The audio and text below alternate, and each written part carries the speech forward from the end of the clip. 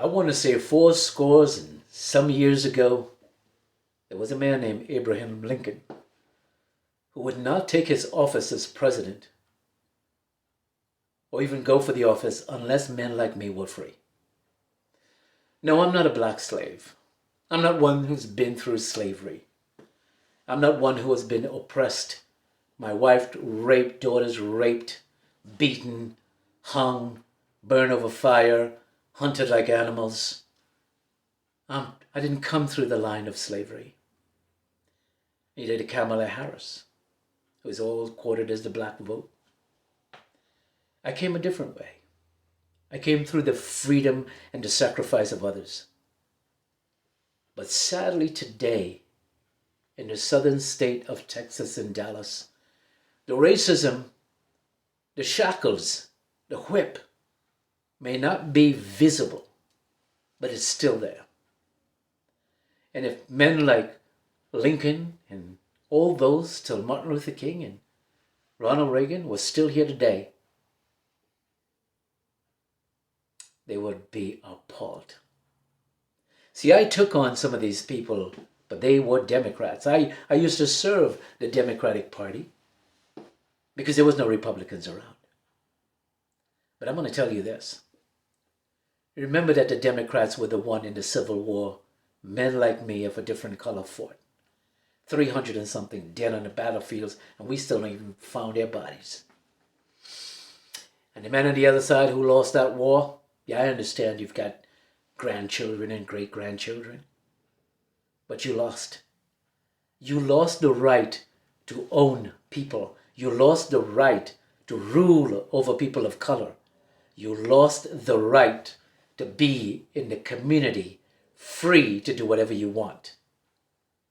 And I've discovered that both in the Democratic Party of Dallas County and in the Republican Party of Dallas County.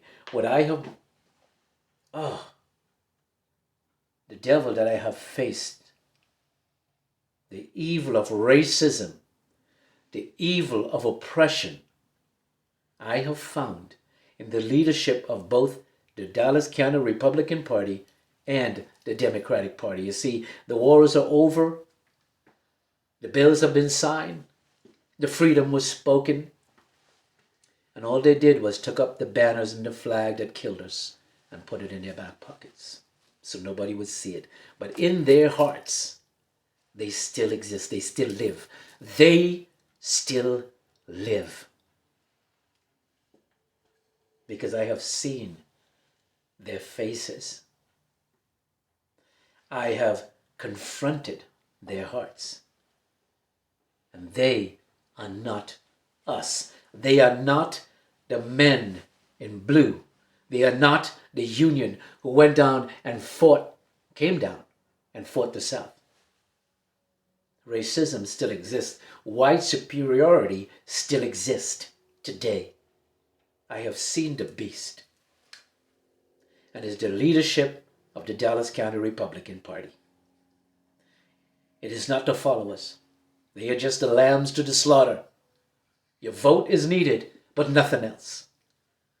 And today, yes, today, I saw that beast in the Democratic Party. They're still here. They are still here looking to use people of color, pretending that they care about us, pretending that our issues matter. But no, you know what they need our issues for? They need our issues to blame other Republicans and Trump and everybody else that they are racist. They need that from us. But when they win the seats, what do we get? Zero, nothing. We get nothing in the minority community. For the past 7 years, I have been begging City Hall. I have been begging the county. I have been at their meetings and I've been asking for help for the minority community and none came.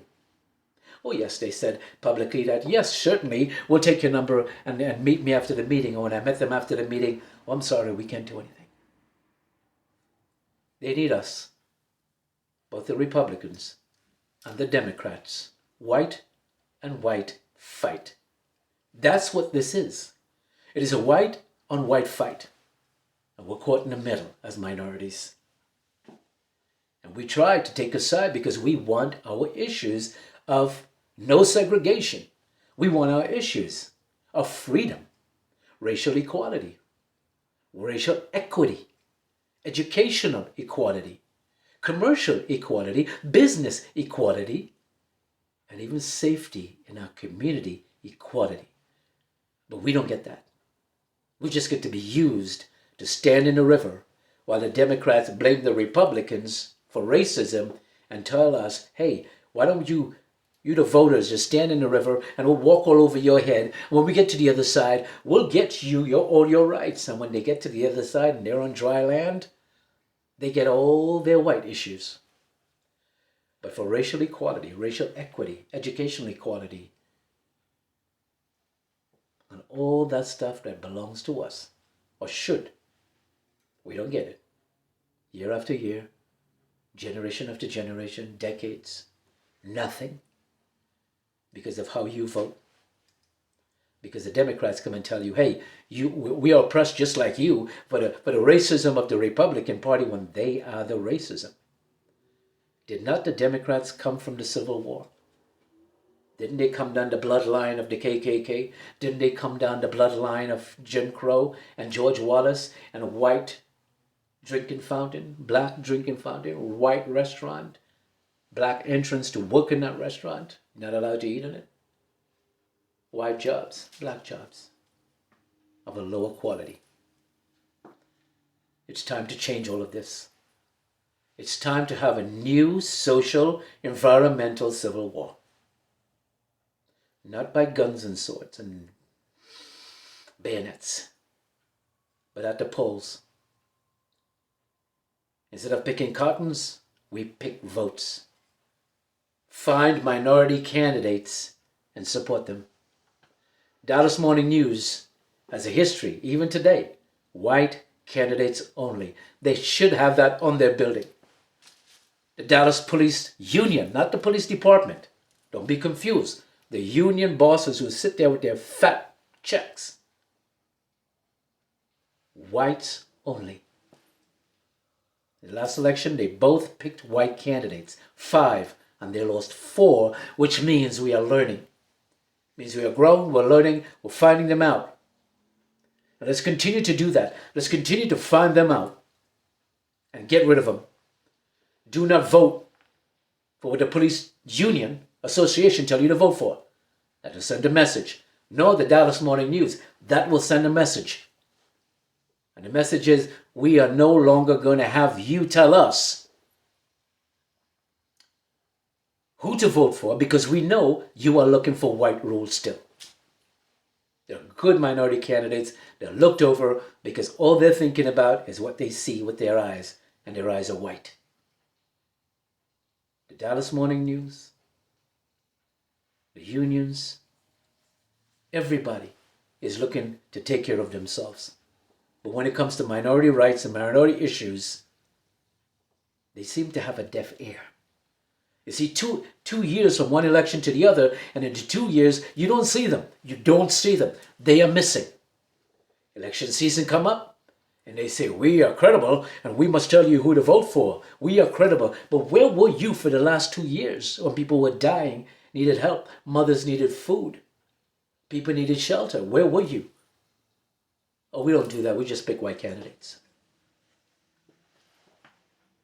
I am saying to you, District 10, be ye smart. Send a message in District 10 to reject Kathy Smith, to reject Brian Hassenbauer, and to reject Chris Carter. All 3 directly and indirectly supported the Confederate monument. And if you don't vote them out, you will continue allowing them to have racial domination in this community. You have a chance.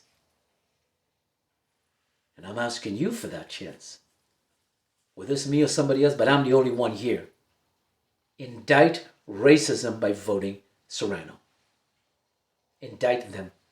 Because they're bold and they're brave. We can be bold and brave too. There's a whole bunch of white folks who are not a part of this. You know how I know? Because they signed my petition. 60%. But unfortunately, the racist people go out to vote first. You'll see that on April 22nd, all the white voters will go out to keep white racism in District 10. You watch the numbers. After the election, I'll show you. April 24th, you'll see who voted. Early voting. So we can end racism right now. We can send a clear message that your time is up. It's time to go.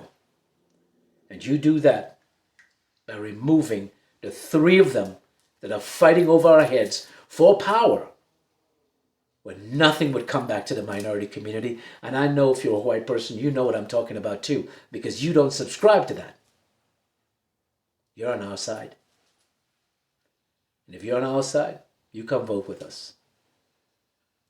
And we'll desensitize this city, break down the walls of racism, and remove the redlining to make us one District 10. This is Sirrano Keith Baldeo asking you for your vote. Thanks for watching, and bye for now.